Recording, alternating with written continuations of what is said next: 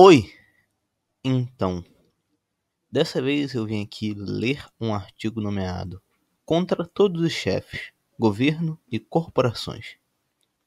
Esse artigo ele foi escrito pelo Kevin Carson para o Center for Stateless Society, C4SS, e foi traduzido pelo Felipe de Angelo, que no caso publicou essa tradução na página dele do Medium, no dia 8 de outubro de 2020. Então, sem mais delongas, começarei a leitura aqui desse artigo.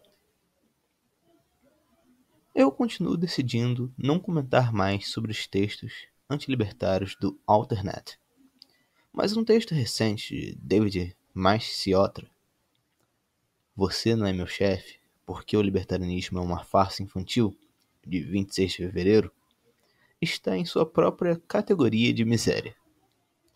O comentário de Masciotra inclui duas linhas de argumentação aparentemente contraditórias. No primeiro, ele descarta o anti-autoritarismo, como tal, como a caracterização de uma criança mimada. Abre aspas.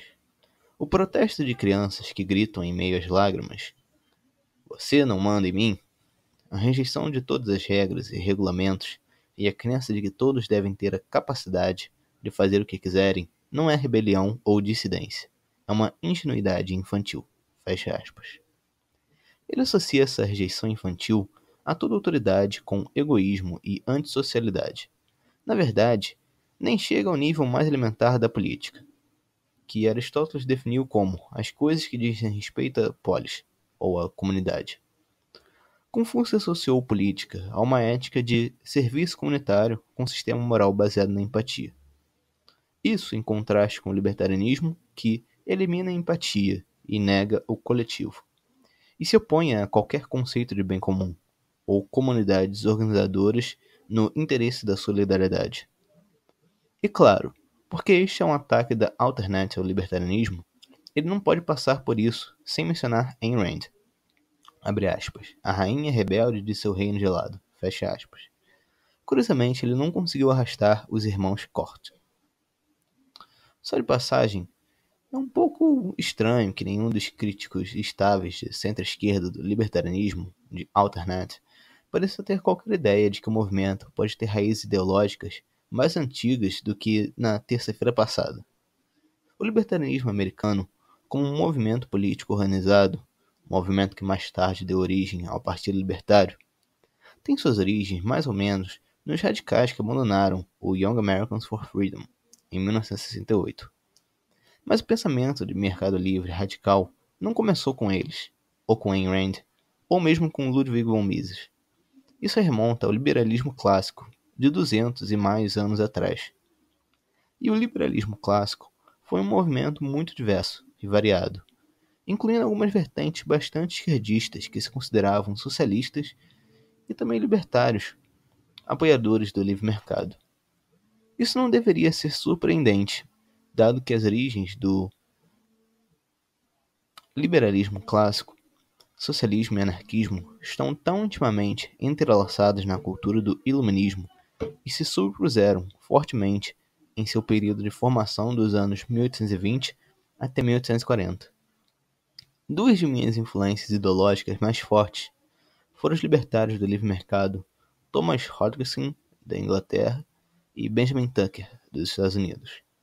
Ambos socialistas e consideravam o papel principal do Estado intervir no mercado em nome dos proprietários de terras e capitalistas para fazer cumprir os aluguéis de casas artificiais, escassez de terras e capital.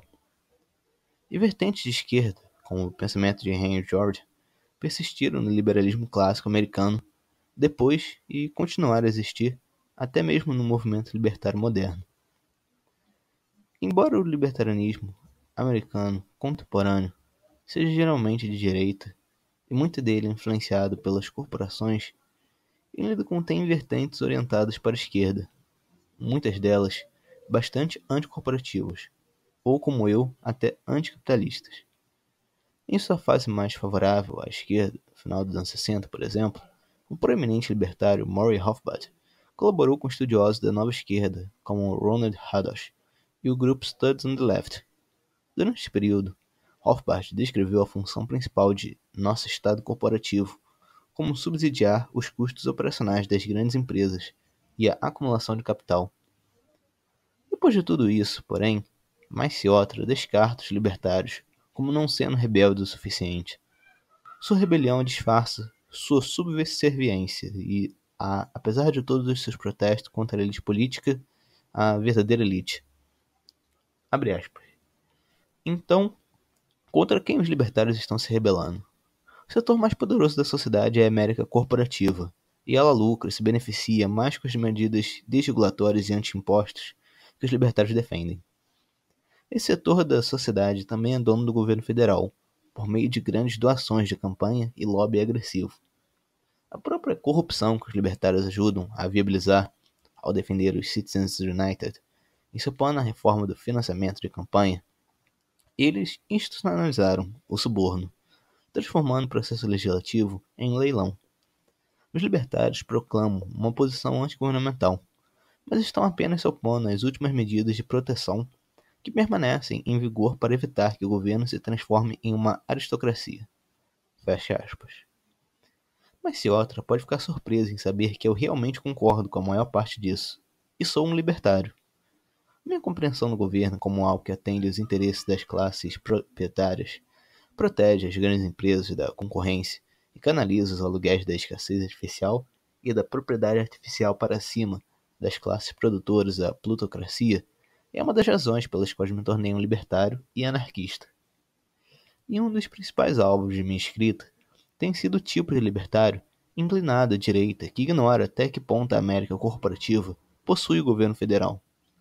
Essas pessoas ignoram a função primária do governo, intervir no mercado para facilitar a extração de renda pelas classes dominantes proprietárias, e se concentram inteiramente na eliminação das funções secundárias, como restringir parcialmente os abusos do poder dessas classes dominantes e estabilizar os piores efeitos colaterais do poder corporativo. O ódio pelos chefes está na raiz da minha identificação, não apenas como libertário, mas como esquerdista.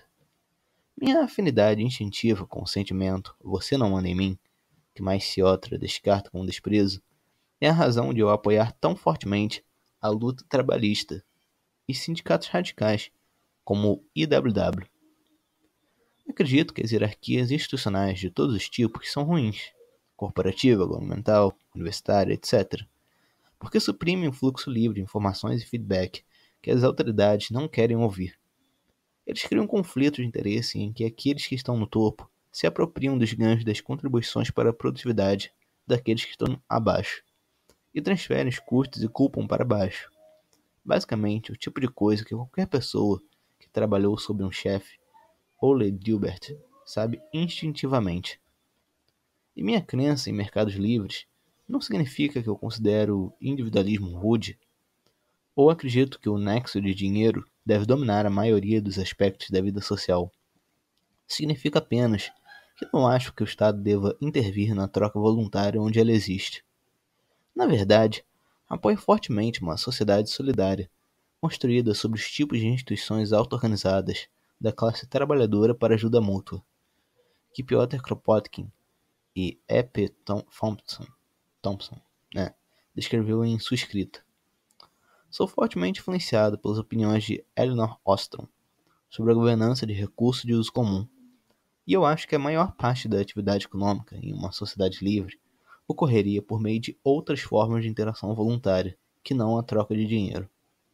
A economia social e da dádiva e a produção de pares, baseada em bens comuns, entre elas.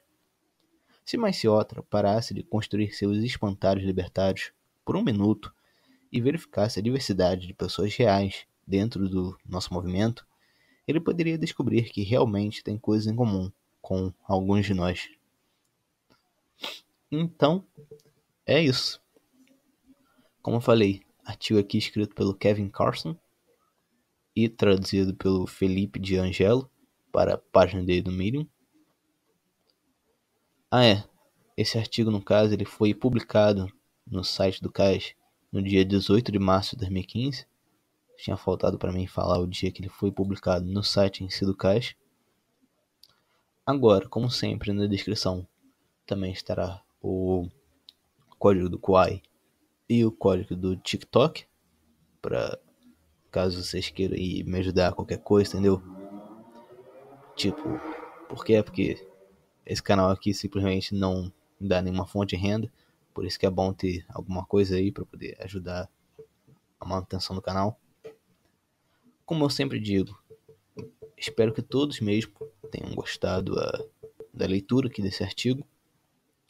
E até mais!